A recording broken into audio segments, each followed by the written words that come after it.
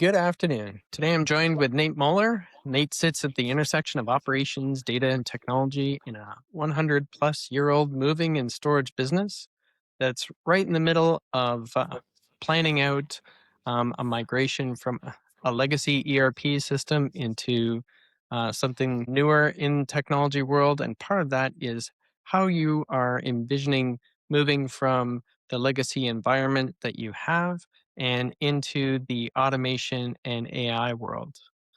One of the things that we talked about in our earlier discussion was you've come up through business from the trucks and innovation leadership, and how has that shaped how you think about systems and data with sort of that the legacy environment, and then all of the assets that you are involved in your business. So, as you mentioned, I did start on the trucks, and then that was almost 30 years ago now. And unfortunately or fortunately, some of that same technology we used when I was there is still in use today here. And as I've grown up through this business in this spot, there is a large resistance to change. It exists everywhere, right? But transportation is particularly bad, I think. I mean, it's not as if we're the only moving and storage company still walking out the door with paper in our folders as we get on a truck.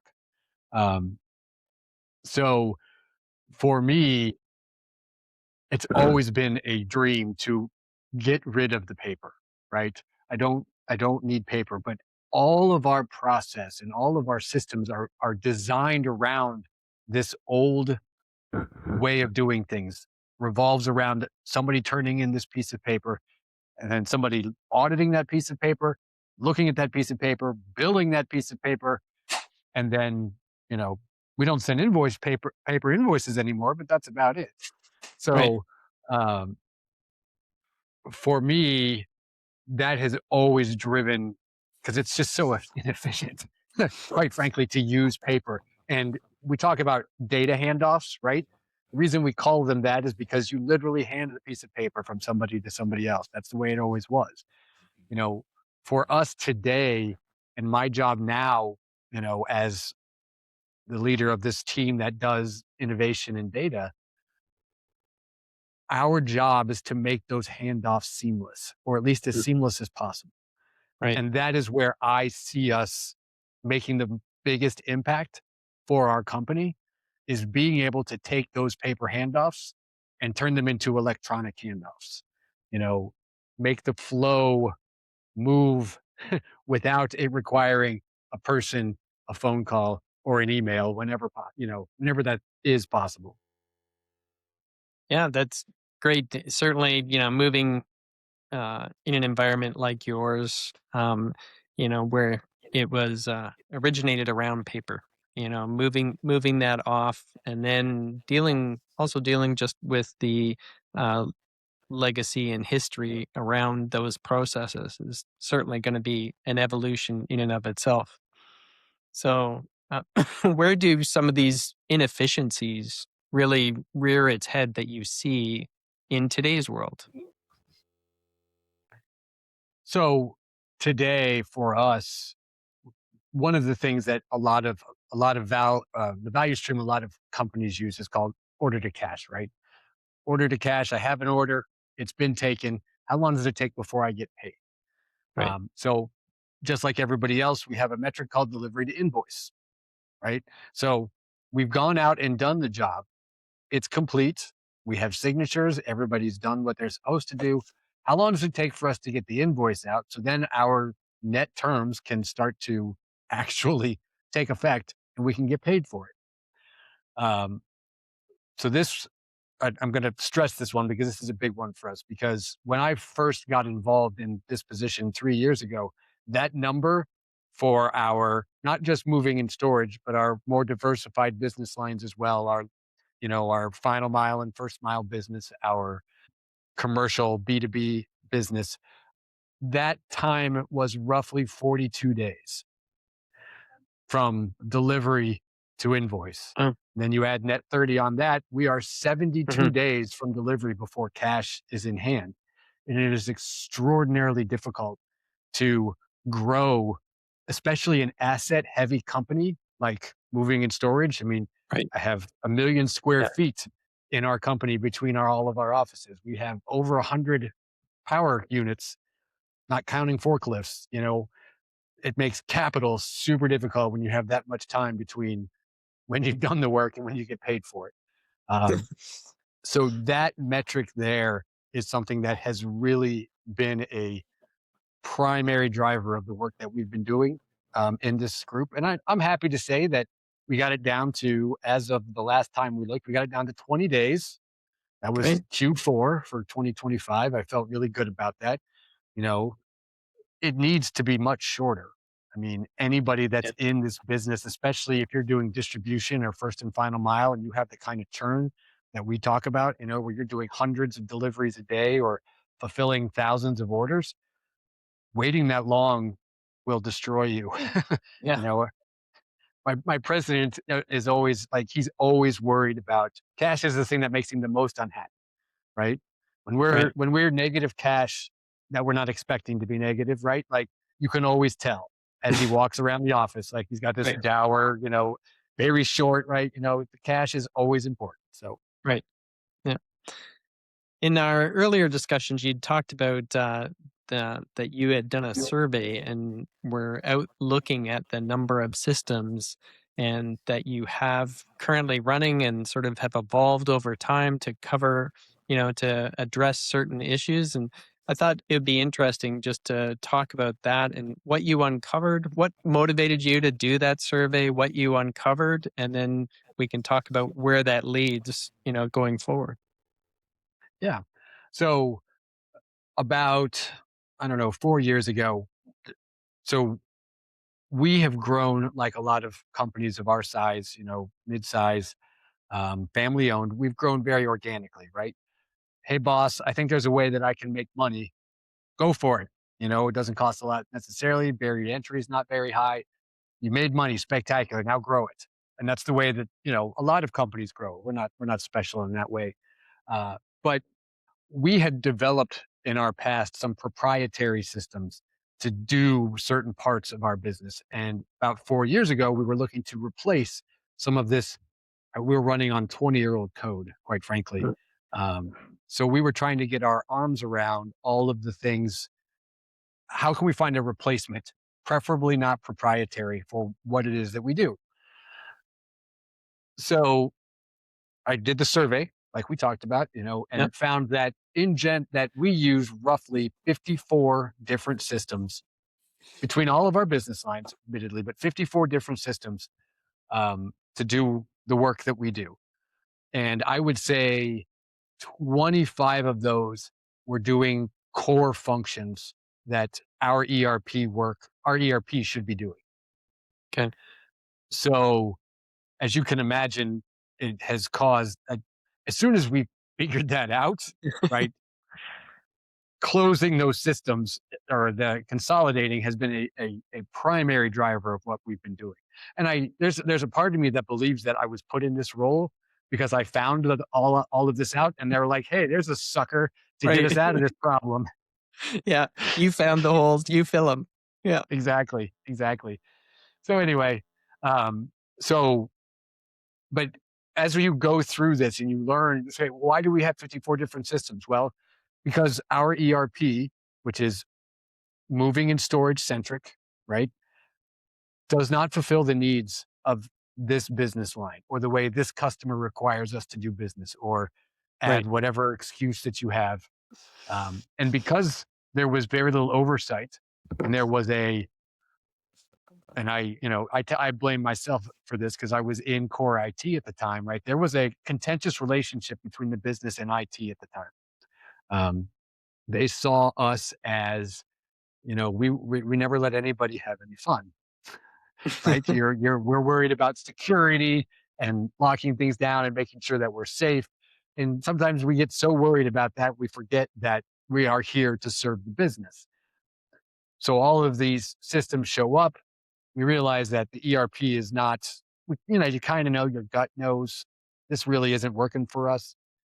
But here was data en masse. Right. This is not working. We've got to find something else. So we brought a new CFO in actually soon after that happened. Not because of this, just it was natural progression. And he said, "We need a new ERP." And I said, "You're nuts." Because we've been on this, even at the time, we'd been on that ERP for 12, 13 years. And I'm like, this is a humongous undertaking. But we kept talking about it.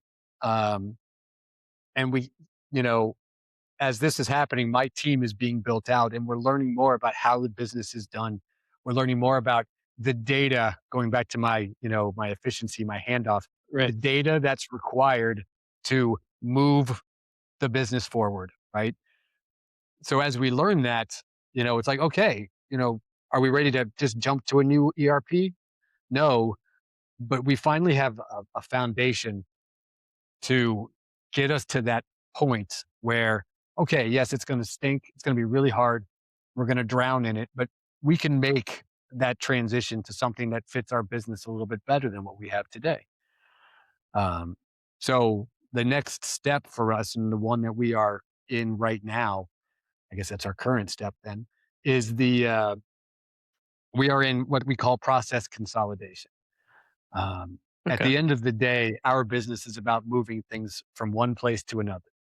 We have 8 verticals, but they all move things from one place to another, right? They may do it differently. They do it for a different market that has different pressures and different requirements, or a different set of customers, or maybe it's on site instead of across the country or something like that. But at the end of the day, our core processes are roughly the same, no matter who we're doing business with. So, in order to prepare for our ERP, we are undertaking a large process consolidation initiative to understand those workflows across the business lines and then work towards all right, so we have 12 steps over here to do this process, 14 here, 15 here, Right. 27 here. Like, what's the core part of this process? And what do we all agree across the business lines? And this is, as you can imagine, the fun part if you like fighting and yelling, that has that we actually need to do. And then what's the data points that we need that go along with them? And what are we going to do with them? So for now, it'll work out fine in the sense that we're going to get the data points. We're going to come down on core process, kicking and screaming. But when we get to ERP, we're going to know what our core process is, right? Right. We're going to have an idea of what this ERP needs to accomplish, like what it needs to be good at in order for it to really accelerate how we do business. And we should know at least 80/20 what data points we need, and to make sure that the ERP is set up to properly deal with those. It's quite an endeavor. Is that something that you are managing in house and going through those processes in house? Well, it's funny that you ask that. So Yeah. initially, being a medium-sized family-owned company was like, "Nate, I'm sure you can handle this," right? That's what my president said. My CFO was Right. in the corner shaking his head. He's like, "There's no way." And I'm like, Right. "You know what, boss? Let's give it a try, right? We'll see what happens." And quite frankly, I have failed, mostly because there's just not enough space in the existing work that my team has to Yeah. take on something like this, right? It is just large. So we are in the process of vetting vendors to help us Mhm. with this. My hope is to have this vendor picked by probably by the end of this month, onboarded by the middle of next month. And I'm also looking to make a hire at this time for somebody on site Yeah. here to sit on top of this as a full-time job, so that they know, like, because as I'm sure you can imagine, especially if anybody's been through ERP before, it is a humongous undertaking. It is. Yeah. And having that on-site resource and having someone internal to the organization is really, key to having your process consultant be successful that way. Because when we offer those types of services to our clients, it's certainly something that we look for that in-house expert, because we want the client to be as self-sufficient after the engagement as they want to be, and so sharing that skill set and so that they can carry it on, because the process mapping and process control doesn't really end. You need to start today, and then you manage it as you go forward, especially with the newer evolution of ERP and solutions that are, every quarter as a minimum, you're getting updates and new features. And so, how can you best take advantage of them if you don't know your business processes and how they adapt throughout the process? So, for sure. I know that we also talked about, the impact of these processes and data governance, and, the how the different areas of the organization manage their data streams and paper or processes differently, and how what's your thought around how you consolidate that into a standard, call it a standard operating procedure, or more of a corporate view as opposed to the individual business units? Well, and that is really the crux, right? Because everybody is sure that their way is required in order for them to do business. Right. After our first couple of meetings, every single person on my steering committee, which is basically a high level manager in each of the business lines, was like, "Well, we're special because of this, and we're special because of that, and Yeah. we're special because of this." And I asked the question. I said, "So, if everybody's special, then who's actually special?" And they all kind of looked at me. And my chief people officer, who's helping my executive sponsor on this, he's like, "That means nobody's special, right? That's very right. Yeah. Nobody's Yeah. special. You're like, you all think you're special, but you're not." Yeah. Um, but you make a really valid point. Getting part of it is getting these people to think above their vertical, above Mhm. their P&L, and start to look at the enterprise. Like my first 3 meetings were all about stepping them all up a little bit higher. It's like you're all at about 3,000 feet. I need to get you to 10 so Right. that you can see beyond what you know. Now, everybody's, "Oh, well, I'm an expert at all this," and they are wonderful SMEs and they are wonderful people, Right. and I love them. They're great. But if they can't look from up here, it doesn't do any of us any good.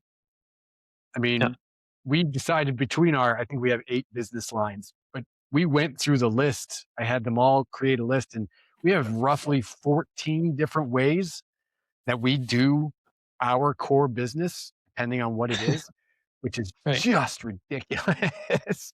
And it's funny Right. when you list it out, they all look at it. It's like, "Are you sure that's right?" And I'm like, "You were all Right. here when we put this list together." Right.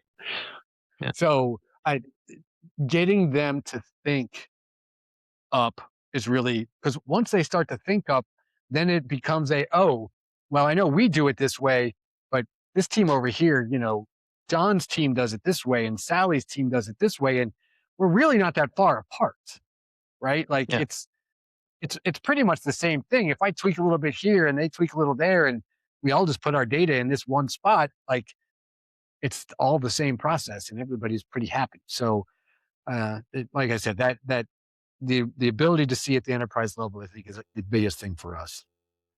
Right. So, as you're moving towards replacing your Microsoft Dynamics GP environment that you're running, and you look back on how the business implemented it and then how it has morphed over time as, new functions, whether, you're taking advantage of them or Microsoft has released those, what would you do differently, or how would you manage that ERP um, implementation and then the actual tool itself now that it's in there? Because how would you manage that differently going forward based on what you know today when you look at what the legacy system has achieved or how much of a gap it's left?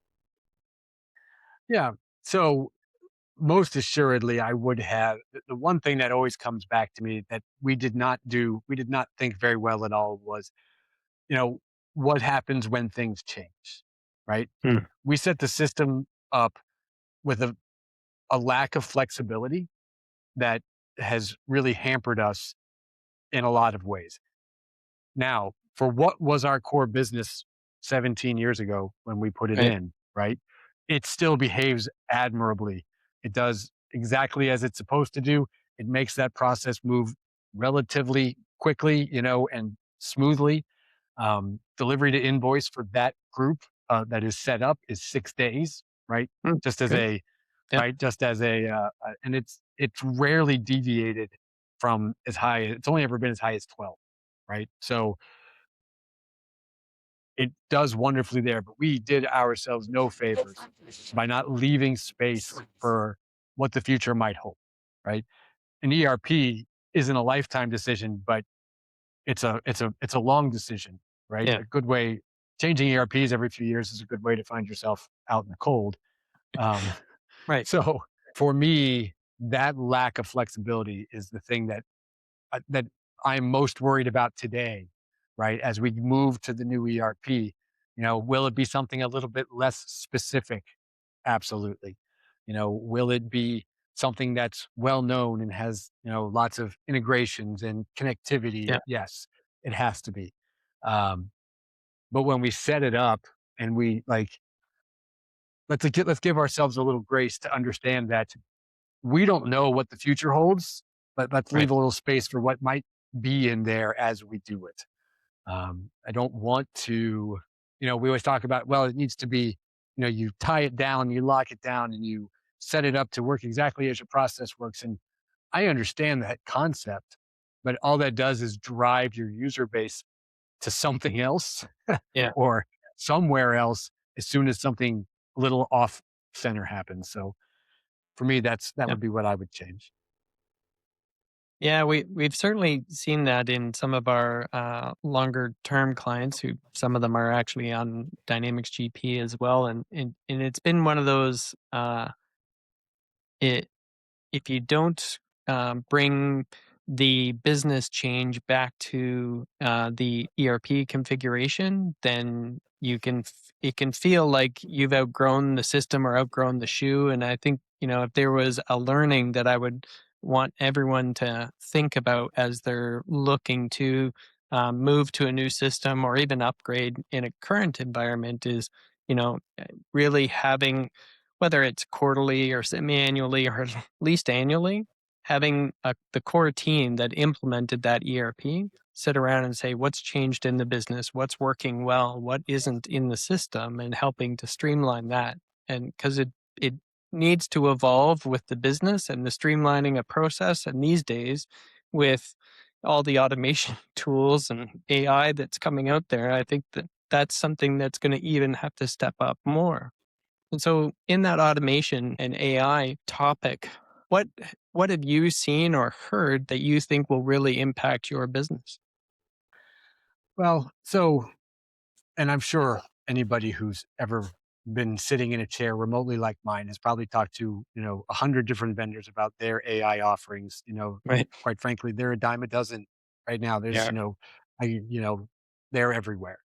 Um, so I do spend a good amount of time thinking, listening, reading about AI.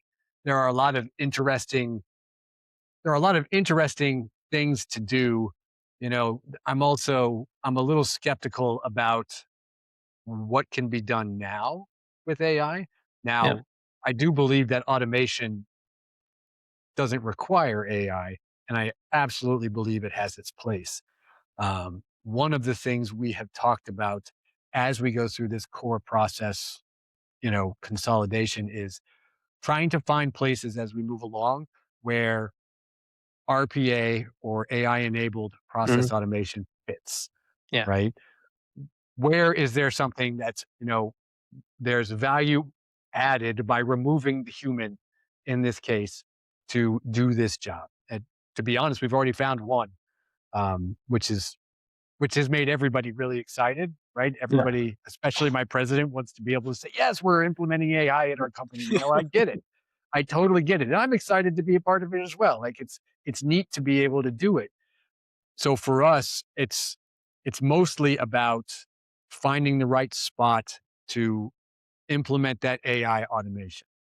Now, if you want to talk about AI a little bit more in a broad sense, we are actually, I do firmly believe in AI productivity for certain tasks, right? Yeah. For typical knowledge workers, there are certain things that, you know, I don't need to have my best brain turned on to do well, and AI is a good spot for that. So we are actually, they have these, and I know this isn't the only one, but we've partnered with a company that basically gives us secure access to different foundation models.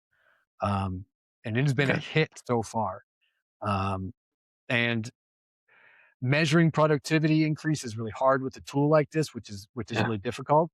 On the other hand, I think that there's enough of these companies out there that are basically price that the price is reasonable even for somebody like me or in a situation that works for a family company, where Right. your IT spend is not 4 to 5% of, top line like it is Yeah. at enterprise level.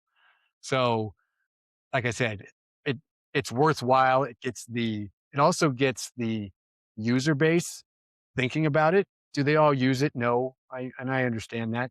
Enough people use it, it sort of takes the stigma away from it a little bit, which there is a ton of that. I'm sure you've seen it in, the things Yeah. that you guys do. Um, so for us, that's really where we're at in our AI and automation journey. Yeah, it's certainly, I think that there's a place for automation and then there's a place for AI and sort of taking it to the next level. And I think by introducing it to the organization and giving them the tools and letting them play with it and seeing where it evolves, I think, you know, 20, probably the last half of 2025 and into 2026, that's probably the most efficient way to get it out there. And certainly there will be people in the organization who pick it up and make, significant gains forward and get the value out of it. But it's only by playing with it and seeing the languages and the models evolve to see what you can get out of it these days. Yep, Well, that's great. absolutely. Well, we're coming up to our close, and it's just I wanted to sort of come back to based off everything that we talked about today. What three things would you focus on, or are you focusing on in 2026 and early 2027, sort of that next 18 months to help you and the organization move forward, absorb some of these, or learn more about some of the technologies that are out there that will help benefit? Yeah. So for us, the ERP is sort of, I'm going to set that to the side. Like, Right. of course, it's the most important decision that we have coming. That is absolutely true. Um, but beyond that, integrating our current platforms more so, right? Our ERP is not going to be a singular, it's not going to be a giant ERP, right? We're not going to Oracle or to Right. SAP and it's going to run our whole business, right? It's going to be more of a modular approach. I'm not getting rid of our Salesforce implementation. You know, I'm not getting rid of our WMS. I'm not getting rid of our field service, at least not right away. So Right. understanding how those platforms can basically talk to each other better, that's Right. probably number one on my to-do list. Um, Number two is I got to bring the process consolidation up. I know it's part of the ERP transition, but I think we would do it even if we weren't transitioning until 28, Yeah. just because there's a big push to understand why it costs so much for us to do the work that we do, right? Right. Um, One of the things that some of the new people we've brought in, they bring new metrics in that they've brought from their other companies, and we perform poorly in those metrics, like revenue per employee, for instance. Right. Is it a perfect metric? No, but we are well below what most people would consider industry standard. Are we, dying? Not by any stretch of the imagination. We have our efficiencies in other places, but understanding our core process is paramount to us moving forward as an enterprise, not just as our separate different P&L owners. Right. Uh, and third probably is going to be the exploration of, we talked about automation and AI, but eventually, and I've heard this various places, I'm sure you have as well, that you'll start designing processes for the AI or around how AI works and Right. not around how people work. Mm. So, starting as we go through this process consolidation, starting to think about how, all right, well, I know AI can't replace this person or maybe even this whole like set of jobs that they do, but I know that it does this really well. How can Yep. I redesign the process so that I can use that there and still move forward as a company? That's great. Yeah, I think while you're going through that process mapping and in the drive towards your replacement ERP, I think keeping in mind all the other systems that are key to different areas of the business, but how you integrate that so that you're not creating silos of information, but you're creating sort of a data environment that they're all sharing, right? And so that's certainly Absolutely. going to be key going forward. Well, that's great. I and have really enjoyed our discussion here today and learning more about you and both, how you've evolved and the business has evolved along the way, how you're envisioning continuing to move forward in this ever-changing world. And it's been a real pleasure learning more about you. Thanks, Blair. This actually has been a blast. I thank you for having me.